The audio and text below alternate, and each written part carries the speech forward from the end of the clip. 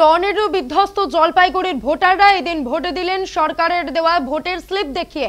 এই ছবি বলে দিচ্ছে প্রথম দফার নির্বাচনে কেমন ছিল জলপাইগুড়ি। সারা রাজ্যে ৪২টি আসনের মধ্যে মাত্র ৩টি লোকসভার ভোট গ্রহণকে ঘিরে উত্তেজনা এবং আগ্রহ ছিল তুঙ্গে। হিমালয়ের কোল শান্ত সবুজে ঘেরা জলপাইগুড়িতে হয়েছে অশান্তি। বিজেপির অভিযোগ, ডাবগ্রাম ফুলবাড়িতে তাদের নির্বাচনী ক্যাম্প অফিস জ্বালিয়ে দিয়েছে তৃণমূল।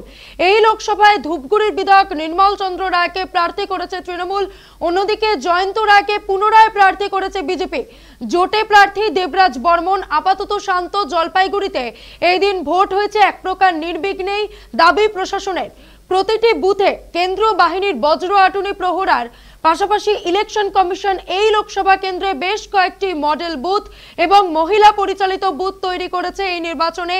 আর প্রতিটি বুথে ভিডিওগ্রাফি কিংবা ওয়েবকাস্টিং এর ব্যবস্থাও করেছে কমিশন। বেশ কয়েকটি ভোট গ্রহণ কেন্দ্রে খারাপ ইভিএম মেশিন নিয়ে অভিযোগ উঠেছে।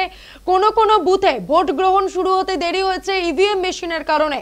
ভোট গ্রহণের প্রহর যতই এগিয়েছে, রাজনৈতিক দলগুলির মধ্যে ভোটার সংখ্যা এবং ভোটদানের যোগ বিয়োগের অঙ্ক কষা শুরু হয়ে গিয়েছে ইতিমধ্যেই।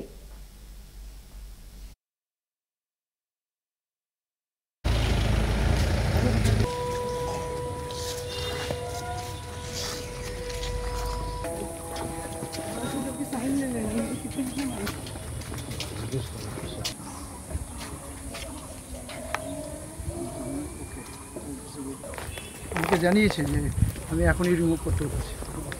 আপনাকে আমি বাই ফোর্স করেছি এখানে।